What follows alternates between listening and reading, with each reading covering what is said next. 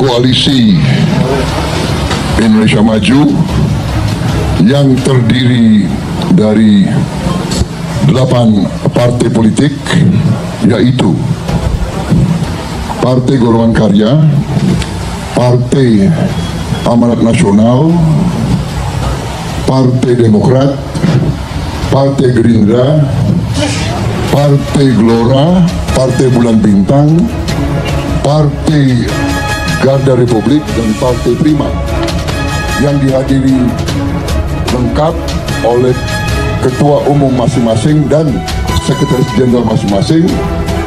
Kita telah berembuk secara final, secara konsensus, seluruhnya sepakat mengusung Prabowo Subianto sebagai calon presiden Koalisi Indonesia Maju untuk 2024-2029 dan Saudara Gibran Rakabuming Raka sebagai calon wakil presiden dari Koalisi Indonesia Maju.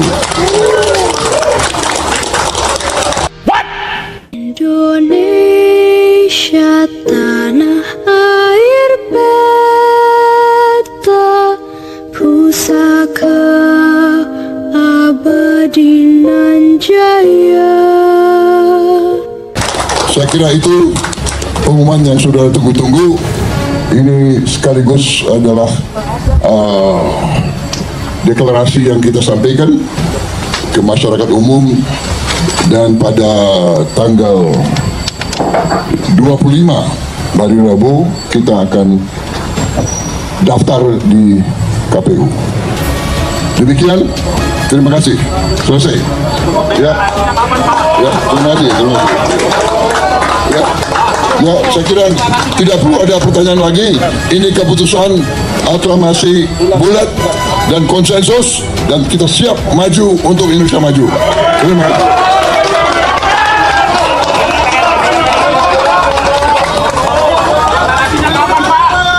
Kami mengucapkan selamat ya kepada Koalisi Indonesia Maju, Bung Ferry dan kawan-kawan, yang mana capresnya sudah tidak jomblo lagi, sudah punya pasangan, meskipun sebenarnya nama ini sudah berembus ya sejak lama, bahkan makin menguat ketika Mahkamah Konstitusi memutuskan gugatan calon wakil presiden usia 40 tahun atau boleh atau sedang menjabat atau yang sudah pernah menjadi pimpinan kepala daerah. Tentu hari ini sudah pasti bahwa Pilpres 2024 mendatang akan diikuti 3 pasang calon, yakni pasangan Anies Baswedan Muhaimin Iskandar, pasangan Ganjar Mahfud, dan pasangan Prabowo Gibran. Tentu kita akan kontestasi secara fair, secara adil, jujur, dan terbuka, memberikan pembelajaran politik bagi rakyat Indonesia. Dan status Mas Gibran kan sebelumnya masih kader PDI Perjuangan. Sejauh ini belum ada apa yang akan dilakukan kalau dari TPN, informasi soal itu? Soal Mas Gibran menjadi kader PDI Perjuangan itu kan ranahnya PDI, internal PDI. Kita tidak mencampuri urusan itu. Tetapi satu hal, ketika kemarin Mas Gibran sempat diusulkan sebagai anggota tim pemenangan nasional, tentu ketika beliau maju sebagai cawapres, ya otomatis tidak menjadi anggota TPN di tempat kami. Kan tidak mungkin orang yang berkontestasi berada di 2 tempat atau berdiri di 2 kaki, itu tidak mungkin. Sekarang Mas Gibran adalah kompetitor dari pasangan Ganjar Mahfud. Nah, kalau sekarang kan sudah diumumkan, jadi mungkin Bung Ferry bisa bercerita lebih banyak lagi sampai akhirnya Mas Gibran yang disetujui oleh Koalisi Indonesia Maju. Apa yang jadi pertimbangan utamanya? Secara suara, tapi resistensinya juga sudah dihitung, atau seperti apa sehingga Pak Prabowo yakin? Jadi Mbak, segala sesuatu itu kan harus diputuskan. Ya. Baik apa tidaknya nanti rakyat yang menilai. Nah, ketika Pak Prabowo dianggap salah memilih Gibran, kita lihat ada nggak rakyat memilihnya. Kalau memilihnya tidak ada, ya salah. Tapi kami yakin pilihan Pak Prabowo adalah pilihan tepat untuk mendukung beliau sebagai calon presiden dan memenangkan pertarungan ini. Saya hanya menghimbau, sudah ada 3 pasang, tadi seperti Mas Wi bilang, seluruh tiga pasang ini tentunya harus berkontestan dengan baik, tidaklah saling hajar-menghajar, tidaklah saling fitnah-memfitnah, gunakanlah kampanye yang positif, dan mari kita bangun bersama Indonesia. Kita gunakan Pileg dan Pilpres ini dengan sebaik-baiknya. Damai, sejahtera, aman, tenang, adil. Itu harapan kita. Ya. Jadi harapan-harapan ini tentunya saya sampaikan sebagai kami dari pendukung Pak Prabowo dan Mas Gibran yang sudah fix tadi sudah disampaikan. Begitu Mbak Priska. Nah, sekarang sudah jelas siapa akan berkontestasi dengan siapa. Saya ke Mas Hanta. Nah, ini kan sebenarnya bukan hal yang terlalu mengejutkan karena memang nama Mas Gibran ini sudah berhari-hari ini disebut, terutama kemarin setelah Golkar dalam rapimnasnya menyebutkan bahwa mengajukan nama Mas Gibran. Tapi setelah ini sudahkah bisa dilihat hitung-hitungannya seperti apa Mas Hanta dari sisi elektoral?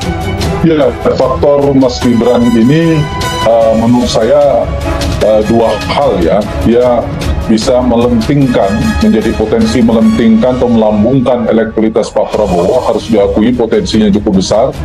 Tetapi di saat yang sama juga punya potensi sebaliknya, ancaman mendegradasi kalau misalnya strateginya tidak diantisipasi.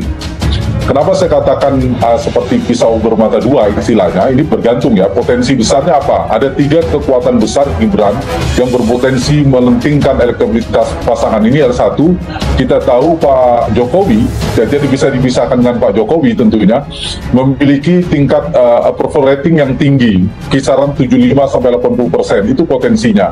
Lalu kita tahu Pak Jokowi pemenang Pilpres yang pemilihnya sekitar 55% di 2019 yang lalu. Ini potensinya cukup besar di basis-basis Jokowi seperti Jawa Tengah, sebagian besar Jawa Timur, NTT dan sebagainya, itu bisa berpotensi bergeser mengikuti telunjuk, tanda petik telunjuk arahan Pak Jokowi, pengaruh politik Pak Jokowi. Kalau ini bisa dikapitalisasi dengan optimal. Yang kedua, dari sisi jejaring mesin-mesin elektoral juga cukup kuat. Selain partai politik koalisi terbesar 45% kekuatan di parlemen, juga kita tahu ada jejaring relawan yang juga menjadi mesin politik non-partai milik Pak Jokowi yang juga bisa dikapitalisasi.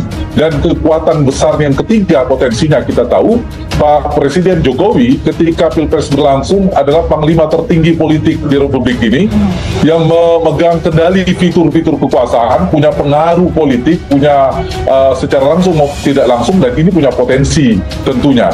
Tetapi di saat yang sama, Priska, pasangan ini karena sudah terjadi ya, bukan pengandaian lagi, sudah deklarasi, yang harus diantisipasi, harus ada strategi, solusi sekaligus semacam mitigasi. Tiga hal. Faktor Mas Gibran ini menurut saya dua hal ya. Dia bisa melentingkan menjadi potensi, melentingkan atau melambungkan elektabilitas Pak Prabowo. Harus diakui potensinya cukup besar, tetapi di saat yang sama juga punya potensi sebaliknya. Ancaman mendegradasi kalau misalnya strateginya tidak diantisipasi. Kenapa saya katakan seperti pisau bermata dua? Istilahnya ini bergantung. Ya, potensi besarnya apa? Ada tiga kekuatan besar Gibran yang berpotensi melentingkan elektabilitas pasangan ini. Strategi, kalau tadi ada potensi di Jawa Tengah dan Jawa Timur bertambah, tapi juga ada potensi pemilih yang basis Pak Prabowo di 2019 yang lalu yang tidak terlalu merespon positif atau suka dengan Pak Jokowi lah, katakanlah dalam tanda petik, seperti Jawa Barat yang Pak Jokowi kalah, kemudian beberapa daerah. Nah, ini ada potensi bermigrasi, misalnya bergeser ke Anies Baswedan. Belum otomatis ya, baru potensi, misalnya ada yang kecewa. Tinggal diukur lebih banyak yang datang di Jawa Tengah atau yang pergi di Jawa Barat. Meskipun potensi datangnya jauh lebih besar. Cuma ini harus diantisipasi strategi khusus. Yang kedua, sedikit lagi, adalah dari sisi mesin potensi yang saya katakan tadi, memicu kekuatan politik kontra Jokowi. Tidak hanya koalisi perubahan, tapi juga bisa membangun koalisi dengan PD Perjuangan. Nah, ini bisa melakukan gerakan-gerakan politik berseberangan dengan Pak Jokowi, bisa merugikan citra Pak Jokowi, dan ini harus diantisipasi. Tapi sepanjang Pak Jokowi tidak melanggar konstitusi, menurut saya aman. Dan terakhir, satu lagi adalah kemungkinan eskalasi dari isu-isu politik dinasti dan lain sebagainya. Ini harus ada mitigasi politik. Kalau ternyata seminggu lagi landai, sebulan lagi landai, saya kira potensi naiknya besar, minimal stabil begitu, ketimbang terdegradasi. Indonesia Indonesia sejak dulu kala tetap dipuja-puja bangsa.